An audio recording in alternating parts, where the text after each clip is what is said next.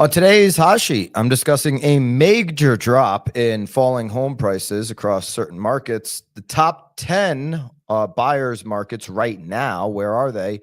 And home ownership tenure by state for Q3. Today is Thursday, October 23, 2025. I'm Byron Lazine, and the hot sheet starts now.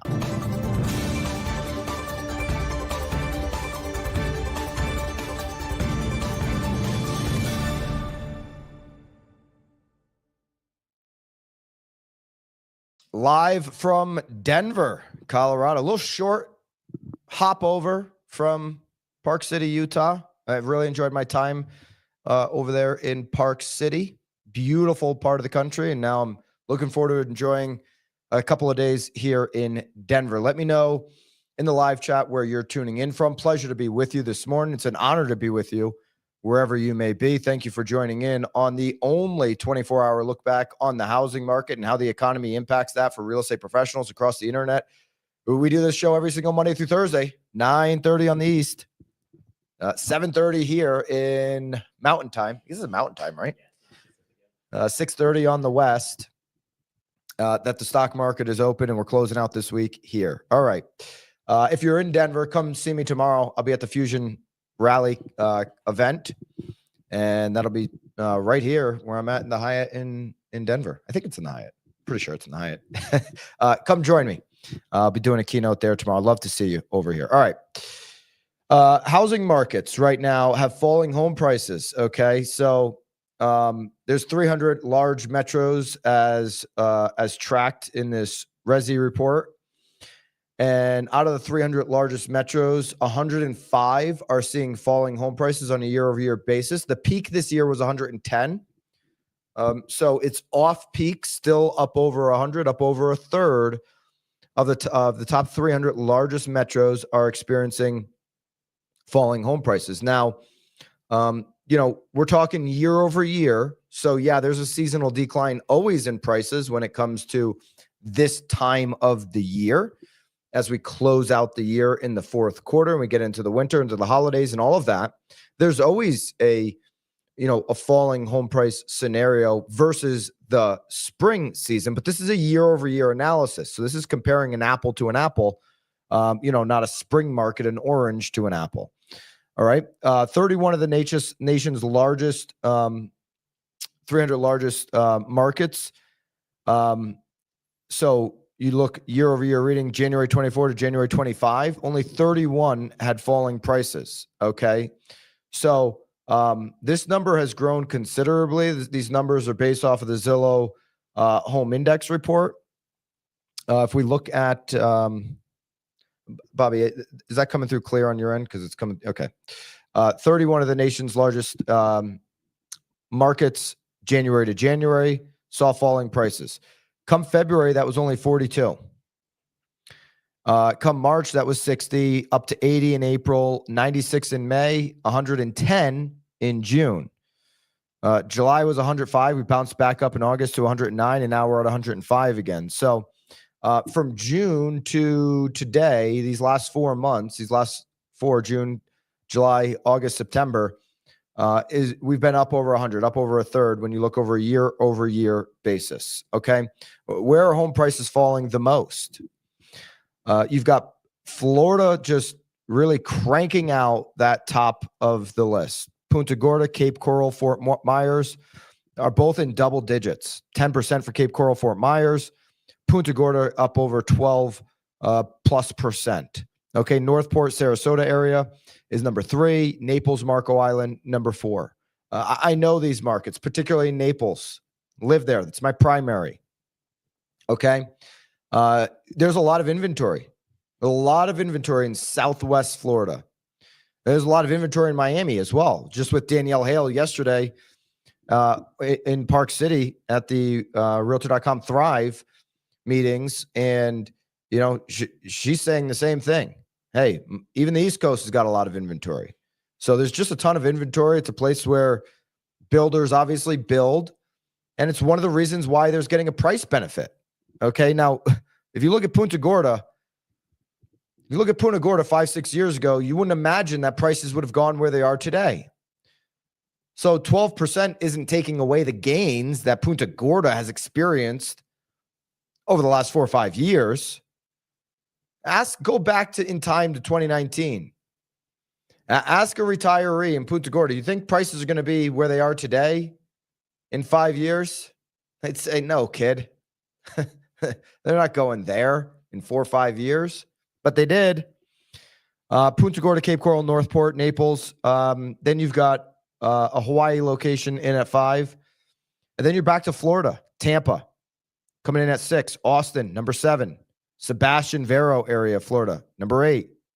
Daytona, number 9. The PSL, Port St. Lucie, number 10. Homosassa Springs, Florida. Then Louisiana, then Miami, then Lakeland. Okay, this is all Florida.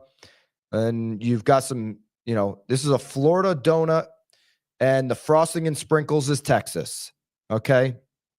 Now you're getting into some of these Texas markets. Texarkana, Texas. Sounds like a fabulous place. Texarkana. Is that what it is? You've heard of this spot, Bobby? Maybe we'll be there. Texarkana one day. Invite us down. Love to go. Love to visit. Crestview and Palm Bay, Orlando, Dallas, San Francisco, Panama City. Okay, these are all in the negatives right now. And so not many of them obviously are up near double digits. Now you've got some of these normal spreads where down 3 points from last year. Jacksonville, San Antonio, Bend, Santa Rosa, Tucson. It's all in that 3% category. Sub 3. Boulder, Colorado, not far from where we're sitting, Bobby. Stockton, California, Denver, where we're happen to be right now, 2.93% down. Colorado Springs, we were there earlier in the year. That's down 2.5%. And then so on to the list. You got 105 that are technically in the negatives. On price, this is downward price pressure. And most of what we mentioned, most of the housing markets that are seeing this type of softening on price, it's where home buyers have gained the most leverage through inventory. So we talk about needing inventory in this country to obviously, stabilize home prices. And this is the example of that. The areas in which you've seen inventory starting to accumulate, where they've really taken, where they can build, where they've taken the opportunity to build, where they've maybe even built up a little bit ahead of schedule, is where you're seeing downward pressure on price because home buyers have leverage. There's more options available than there are buyers. This is the Sun Belt regions, and this is the Gulf Coast. This is the Mountain West. Okay. Now there were major price increases over the early 2020s during the pandemic housing boom. And you're not seeing a reduction on these home prices that erase those gains. Those gains are still there. Sellers can afford to be extremely patient. We're seeing a lot of patience from sellers. We're continuing to see patience from sellers. 41% of homeowners do not have a mortgage.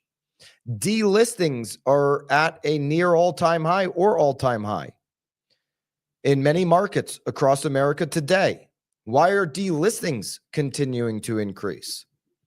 Because sellers can be patient. They can keep the house versus selling. So that is keeping prices on the overall still up. Here's the 1-year change in metro level home prices. You can see Florida's taking the biggest hit, and it's really across the Sun Belt states. You look at the northern states in the Northeast, there's really no markets you can point to that are in the negatives. Remember, if there's 105 of the major metro markets that are seeing falling home prices on a year-over-year basis, then there's 195 that home prices are flat or up. Okay.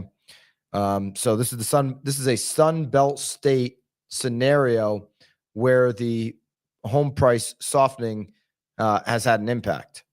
Okay. 1-year change in metro home prices, if you look at the 195 that are seeing home prices rise, there's not one of them in Florida.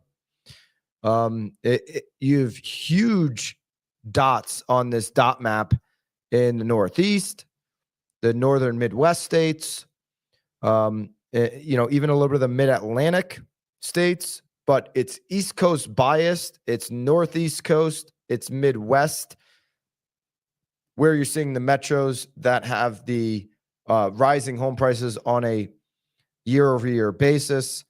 The largest increases are in those areas. And that, again, is due to that supply and demand scenario. There is a little bit more demand in those markets than there is supply. Okay. All right. There you go. There's your update on home prices across the top 300 markets as identified by Zillow's analysis. Okay. Where are the opportunities for buyers if there's 105 markets that are currently seeing home price declines year over year? Which one's the best opportunity? If you're somebody passionate about home ownership in America today, and you're like, I'll move anywhere to get the best deal, where would that be? It's Austin, Texas. Austin, Texas today, according to a Redfin report, is the strongest buyer's market with over twice as many home sellers as buyers. I was just talking to somebody with Realtor. She's with Realtor.com. She started Expedia, worked at Zillow, works at Realtor.com today. Really, in terms of consumer insights, her name's Laura Eddy. I'm gonna have to do a podcast with Laura, Bobby, at some point. We're gonna go to Austin next year. We'll be in Austin the end of January. So you just kick that camera. So we'll watch yourself there. Bobby's excited. We're going to Austin, and she's in Dallas. She's moving to Austin. I said, hey, good news for you. Your own company. I know this is a Redfin report that we're looking at right now, but Realtor.com's reported it. Hey, Austin's it's the most affordable market in the country right now. She's like, I don't really think so. What I'm looking at, I'm like, well, you have fancy taste then. Okay. Because across all measurements, particularly when you look at, the rental market and you include that into the affordability conversation, Austin becomes the obvious choice as it relates to affordability because of the amount of inventory that Austin has on both the rent side as well as the for sale side. Twice as many sellers today as there are buyers. Nationwide, there's an estimated 37% more sellers than buyers. Okay, so nationwide, you're starting to see a near a record gap that's giving buyers across the country negotiating power. Now, this is, you got to be careful here nationwide because that's not the case in those Northeast and Midwest states that we just saw. So if you look at really the nation overall, you're really talking about a normal market. It's just on the buy side in the Sunbelt states and still on the sell side in the northern states. Okay, there's 7 metros where sellers outnumber buyers at least 2 to 1. So out of those 7 metros, only one of those 7 is not in Texas or Florida. So again, Texas and Florida continue to dominate, this list of, high inventory and buyer leverage markets. Okay. Top 10 buyer markets as of September 2025. Austin, top of the list. Fort Lauderdale coming in at 2. West Palm Beach coming in at number 3. And Miami coming in at number 4. Nashville, San Antonio, Dallas, Jacksonville, Vegas, Houston, and all percent of which sellers outnumber buyers is up over 80%. Number 10, Houston comes in at 83+%, 130% in Austin. Nationwide, again, 37% sellers. Across these metros is 1.958 million, these top 10, and buyers comes in at 1.432 million. And anytime you have more sellers than you have buyers, you have the ability to negotiate. Now, sellers are just saying, hey, I'll just not sell. Okay. And that's what's continuing to keep prices where they are. Because just because you have the leverage buyer, just because I have what you want, okay, doesn't mean I need to sell it. I can wait. And when you have a lot of sellers who are locked into low rates, they either keep the house on the low rate or they have no mortgage. They keep the house. Okay. So while there's an estimated 37 more home sellers than buyers, you see a lot of sellers that are just delisting that house here today. Okay. All right, there you go. There's your update on the strongest buyers market today, where there are the most options, gives those buyers the ability to obviously negotiate the strongest, get the best deal. And Austin, Texas right now is that. All right. Home ownership tenure. How long are people staying in their home by state, according to Adam? So here are the longest home ownership tenures.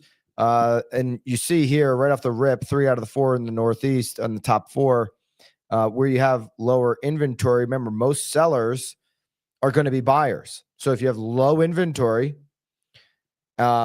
then that would-be seller decides to stay longer because they don't see what they want on the buy side. Okay, so the average tenure in Massachusetts is almost 13 years. It's up 2% quarter over quarter and up 1.1% year over year.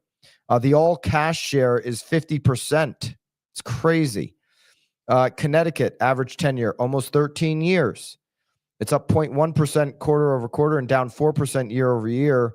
The all cash share is 36.4%, up 15.5% versus a year ago. California, just over 11-year homeowner tenure. Rhode Island, 11-year homeowner tenure. Washington, 10 plus years. New Jersey, 10 plus years. Oregon, 7. New Hampshire, followed by Maryland and Illinois, make up your top 10. Okay, so what did you see there? You saw the Northeast and the Pacific Coast dominate that list. Okay, very high-priced markets that have struggled with inventory historically, that are struggling with, certainly in the Northeast, struggling with inventory now. And you're seeing a longer homeowner tenure in those areas. Outside the top 10, you have Tennessee, Hawaii, Alaska, New York, and Florida to close out the top 15. Going to the other end of the list, where is, homeowner tenure the shortest, which provide, talk to an agent and they're like, hey, I want to start a farm. I want to start farming an area. It's typically because they like that area, as opposed to, well, what's the average turnover rate? How long are people staying in their homes? If you're going to farm an area in, say, Massachusetts or Connecticut, where homeowner tenure is 13 years, and it's a community of 100 homes, and you have a turnover rate of like 2-3% or something like that, is it really a place you want to invest in? Or do you want to invest in the markets, within your county or within your city that have a higher turnover rate? Well, these are the states that just turn over more often than others. They have a shorter average homeowner tenure. And that's Maine coming in at the bottom, number 50, Mississippi, South Dakota, West Virginia, Georgia at 46. Average tenure in Georgia is just over 6 years. That's up 4.9% year over year, 9% year over year rather, and 5% quarter over quarter. Kentucky's 45 on the list, 6.32 years. Alabama, 6.36. Indiana, 6.5 years. Arkansas, 42 on the list, 6.5 years. South Carolina, 6.5 years. Vermont is 6.7. So Northeast state slipping in there. Delaware's under 7 years. North Carolina's under 7 years. Oklahoma's under 7, and Wisconsin's under 7. So you've got 15 states that are under 7 year on average tenure, a little bit higher turnover rate, obviously, in those states. You can get the full list on that inside of school for BAMX members. Just go to school.com/BAMX, get access to all of the hot sheet show notes and slides each and every single day that we do the hot sheet. Just go into BAMX on school and go over to classroom and get into the hot sheet classroom here. Click on today. All of today's charts that are used, as well as the show notes available in there for you each and every single day, as is our live role play masterminds every single Tuesday, members only. Myself, Tom Toole, Lisa Chinati, you get access to those. If you haven't done so already, this is for everybody, BAMX member or not. Join us today, noon Eastern time, 10 o'clock here in Mountain time, 9 a.m. Pacific time. I guess 7, maybe somewhere between Hawaii and California. So if you're on a yacht between Hawaii and California, it'll be 7 a.m. your time. Join us for the Further Together virtual event. This is a live virtual event. Myself, Sharon Srivatsa, Andrew Undum, Eric Simon, the Broke Agent, Tim Macy, Katie Day, Kat Torrey. We've got Jeffrey McGonigal is going to be joining me as well on this free 2-hour virtual live event. Get the exact plays that top agents are using today. If you've attended any of our virtual events, you do not want to miss this. You just have minutes left to sign up. Bobby, I'll throw the link in. Bobby. I think it's now bam.com/further-together, but Bobby's going to throw that link into the chat for you. If you're coming to Denver tomorrow, I'll see you over at the Fusion Rally. Really looking forward to spending some time with you here in Denver. Looking at the 10-year here today, as we start this day, we are still sub 4% on the 10-year Treasury. We've seen great momentum here, and we're near or at 1 year low. I mean, technically yesterday we hit our year-to-date low on the our 12-month low on the 10-year. Certainly our year-to-date low was hit yesterday. We're up a tick from yesterday, but still sub 4 on the 10-year Treasury. 30-year fix yesterday held the gains that we have seen earlier in the week at 6.17, 2 days in a row where we have that reading. And that's a good spot to be. 6.17 on the 30-year fix. We've got a Fed meeting next week. I can't wait to be with you all week as we go through the Fed decision, which is at a 99% plus chance, according to CME Group, that they will cut the 25 basis points. Polymarket has it at a very high percentage that they will cut not only now, but also in the December meeting. And I will look forward to seeing you guys then. All right. See you on the Further Together virtual later today. Until then, of course, toodaloo.